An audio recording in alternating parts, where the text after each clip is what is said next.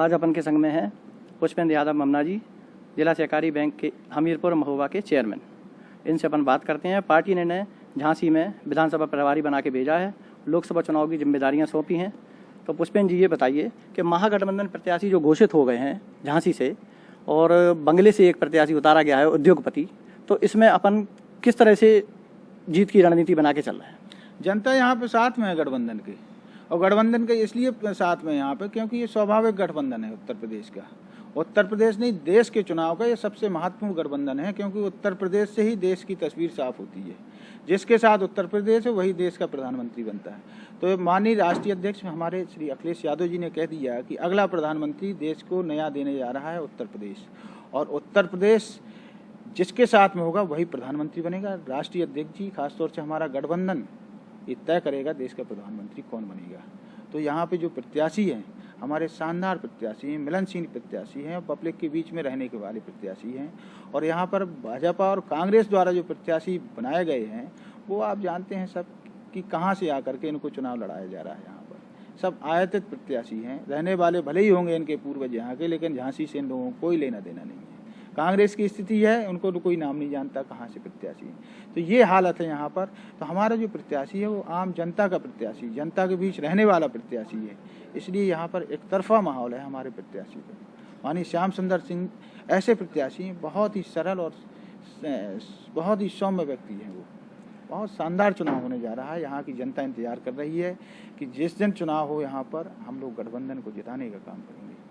गठबंधन 78 सीटों पर चुनाव लड़ रहा, बुंदेलखंड में 4 सीटें हैं। आपको झांसी विधानसभा का प्रभारी बनाया गया है, आप स्वयं बुंदेलखंड को बिलोंग करते हैं। तो ऐसे में यहाँ कहाँ पर अपन लोग किस हद तक अपनी सीटें आएंगी, कितनी आएंगी और उनके जीत का अंतर कैसा रहेगा? भारी प्रचंड बहुमत से हम लोग जीतने जा रहे हैं बुंदेलखंड की चारों सीटें, क्योंकि बुंदेलखंड में अब लोगों को भरोसा है केवल और केवल माननीय अखिलेश यादव जी पर। और जिस तरीके से उन्होंने अपनी गवर्नमेंट के माध्यम से, जब उनकी सरकार थी तो बुंदेलखंड में जो करके दिखा दिया, शायद आज तक किसी ने भी इतना बढ़िया काम करके नहीं दिखाया। और बुंदेलखंड से उनका लगाव, जिस तरीके से बुंदेलखंड में वो आकर के लगभग मैं समझ सकता हूँ कि बुंदेलखंड में अगर हर जनपद में कम से कम 7-7, 8-8 बार आने का उन्होंने काम किया, और जितनी भी बार यहाँ पे आए हमेशा उन्होंने ढेर सारी सौगातें देने का काम किया। आज वो ज़मीन पर दिख रही हैं। झांसी का विकास आप देख लीजिए, झांसी में तमाम ओवरब्रिज बनाने के काम किए, झांसी में मेडिकल को उच्चीकृत करने का काम किया, झांसी में तमाम ऐसी सड़कें थीं जो कभी आप सपने में भी नहीं सोच सकते, उनको बनाने का काम किया। उद्योग को यहाँ पर स्थापित करने के लिए, उद्योगों को बढ़ाने के लिए यहाँ पर तमाम ऐसी उन्होंने योजनाएं चलाई। आज जो लोग उस चीज़ को स्वीकार कर रहे हैं, आज लोग कह रहे हैं कि केवल और केवल अगर किसी ने यहाँ पर ध्यान दिया है तो वो समाजवादी पार्टी के राष्ट्रीय अध्यक्ष माननीय श्री अखिलेश यादव जी ने दिया है। आज के चुनाव में किसान, रोजगार, बेरोजगारी, शिक्षा, ये सारे मुद्दे गायब हैं, विकास वगैरह। केवल राष्ट्रवाद, देशभक्ति की बातें कर रही है सरकार, जबकि दोनों जगह उनकी सरकार है, प्रदेश में भी केंद्र में भी। ऐसे में महागठबंधन किस हद तक उनको टक्कर देगा? और ये विकास के मुद्दे हैं जो आम जनता के जुड़े, ये क्या भूल जाएगी पब्लिक? पब्लिक भूलने वाली नहीं है। इसलिए भूलने वाली नहीं है कि आज देश की जनता इनसे सवाल कर रही है, क्या हुआ? आपने कहा था कि हम हर व्यक्ति के खाते में 15 लाख रुपए डालने का काम करेंगे। क्या हुआ देश के बेरोजगारों का? उन्होंने कहा था हर साल हम 2 करोड़ लोगों को रोजगार देने का काम करेंगे। क्या हुआ देश के जो किसानों की जो हालत आज बदतर होती चली जा रही है, किसान आत्महत्या कर रहा है, खासतौर से हमारे बुंदेलखंड का किसान तो बुरी तरीके से एकदम हताहत है। यहाँ पर फसलें उसकी बर्बाद हो रही, चौपट हो रही हैं, किसी किसान का ध्यान नहीं दिया जा रहा है और बेचारा आत्महत्या करने के लिए मजबूर है। और कहीं ना कहीं जो स्थिति है विकास के नाम पर शून्य है। ये जब जनता इनसे पूछना चाह रही, जनता इनसे जवाब लेना चाह रही है, तो ये लोग राष्ट्रवाद के नाम पर उलझाने का काम कर रहे हैं। कहीं और दूसरे मुद्दों पर अपना लोगों का दिमाग डाइवर्ट करने के लिए तमाम तरह की ये सब चीज़ें काम कर रहे हैं ये लोग। तो जनता पूरी तरह से जान रही है कि केवल और केवल ये इन लोगों का चुनावी जुमला है, क्योंकि घोषणा पत्र इन्होंने जो जारी किया था अपना 14 में, आज उनके राष्ट्रीय अध्यक्ष अमित शाह जी ने कहीं कार्यक्रम में कुछ दिन पहले कहा कि ये सब जो हमने घोषणा की थी वो सब एक चुनावी जुमला था। क्या जनता को बेवकूफ़ आप बार बार बना सकते हो? कभी धर्म के नाम पर, कभी राष्ट्रवाद के नाम पर और कभी फर्जी घोषणाओं के नाम पर आप केवल जनता को ठगने का काम करते हैं। इसलिए ये गठबंधन 100% सफल होने जा रहा है। और ख़ास तौर से बुंदेलखंड में तो चारों की चारों सीटें आ रही हैं और पूरे प्रदेश में हम लोग 75 से ज़्यादा सीटें जीतने का काम। तो ऐसे में इस गठबंधन के ऊपर जितनी उंगलियां उठ रही, कैसे चलेंगे इनसे सबसे काम? ये धोखेबाज लोग हैं, धोखा दे करके गठबंधन करते हैं, फिर गठबंधन साथियों को साथ में जिस तरीके से ये काम करते हैं। अभी आपने देखा होगा कि इनकी पार्टी के तमाम ऐसे सहयोगी दल थे जिन्होंने ना जाने क्या क्या कहा। उत्तर प्रदेश में अभी एक पार्टी इनके राष्ट्रीय नेतृत्व को चुनौतियां देती रही और ललकारती रही, और ये लोग गठबंधन के जिस तरीके से कर रहे हैं पूरे देश में 47 पार्टियों को गठबंधन बना करके, आज उत्तर प्रदेश में कह रहे हैं कि हमारे नेताओं को कह रहे हैं ये सांप छछूंदर का गठबंधन है, ये कह रहे हैं कि ये ठगबंधन गठबंधन है। तो आप इस चीज़ को इनसे पूछिए कि ये इनका गठबंधन क्या है। आज उत्तर प्रदेश का जो गठबंधन है ये एक स्वाभाविक गठबंधन है।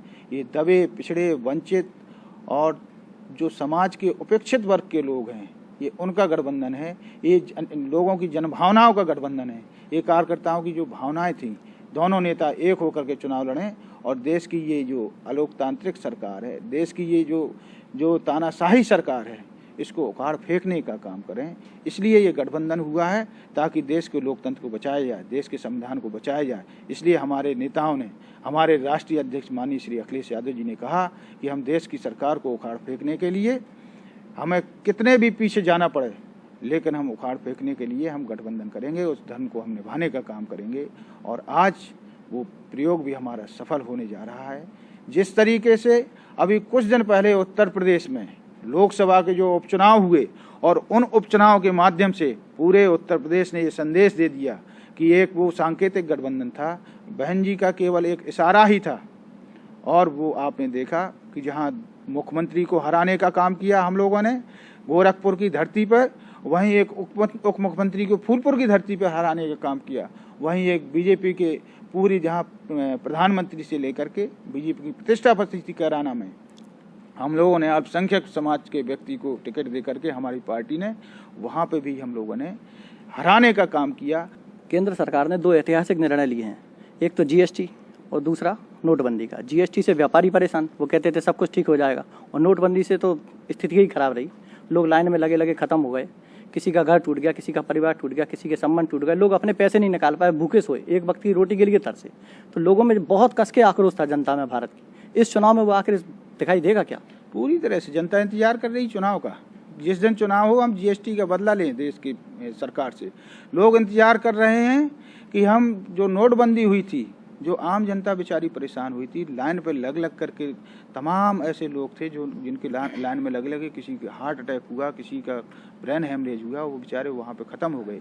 और यहाँ तक कि जो कुछ हमारी जो गर्भवती तमाम महिलाएं थीं, उन लोगों का वहाँ पर बच्चा भी पैदा हो गया। तो ऐसे हालात में जो व्यक्ति इतना परेशान रहा होगा, वो भला भूल सकता है अपनी इन समस्याओं को? कभी नहीं भूल सकता है। और वो इंतजार कर रहा है कि हम जो देश को गुमराह करने वाले लोग हैं, कभी जीएसटी के नाम पे गुमराह करते हैं, कभी ये नोटबंदी के नाम पर गुमराह करते हैं, हम इनको सबक सिखाने का काम करेंगे। ये हालात हैं आज पूरे देश के। और कहीं ना कहीं आज भरोसा है हमारे नेता पर, हमारे राष्ट्रीय अध्यक्ष माननीय श्री अखिलेश यादव पर, क्योंकि उनकी कथनी और करनी में कोई फर्क नहीं है। जो उन्होंने किया उसको 100% करके दिखाया। और वहीं जहां भाजपा ने जो घोषणा पत्र जारी किया था, पूरा का पूरा वो फर्जी घोषणा पत्र सिद्ध होने जा रहा है, क्योंकि इनके राष्ट्रीय अध्यक्ष कह रहे हैं कि ये एक चुनावी जुमलेबाजी थी। वहीं हमारे नेता माननीय अखिलेश यादव जी जब घोषणा पत्र जारी करते हैं तो उसको 100% 100% उसको अमल करने का काम करते हैं, लागू करने का काम करते हैं। तो जनता इस बात को जानती है कि जिसकी कथनी और करनी में कोई फर्क नहीं है, वो केवल और केवल माननीय श्री अखिलेश यादव जी हैं। तो ये थे अपने साथ में बुंदेलखंड में समाजवादी पार्टी के सशक्त हस्ताक्षर पुष्पेंद्र यादव भमना जी, जिन्हें झांसी विधानसभा का प्रभारी बना के पार्टी ने बड़ी जिम्मेदारी सौंपी है। आज उन्होंने अपनी बात रखी हर मुद्दे पे, हर विषय पे बेबाक और स्पष्ट तरीके से। बुंदेली बौछार के लिए कैमरामैन अंकित चौधरी के साथ में मदन यादव, झांसी। सागरश्री संभाग का प्रथम NABH सुपर स्पेशलिटी हॉस्पिटल, जहां मिलेगी आपको एडवांस्ड मशीनरी, आधुनिक CT scan, digital x ray, 1.5 tesla MRI machine, 24 घंटे आपातकालीन फार्मेसी सर्विसेज एवं एम्बुलेंस। सागरश्री में संभाग का पहला लेवल 1 ट्रॉमा सेंटर, संभाग का पहला मॉड्यूलर ऑपरेशन थिएटर, संभाग का पहला फिक्स कैथ लैब, आधुनिक शिशु इकाई। सागरश्री में अब सारे रोगों का एक ही छत के नीचे इलाज और आपके अपनों के लिए ढेर ढेर सारा समर्पण। आयुष्मान भारत योजना के अंतर्गत आने वाले सभी मरीजों का निशुल्क इलाज। सागरश्री, हमारा उद्देश्य आपका स्वास्थ्य, सदैव आपकी सेवा में तत्पर।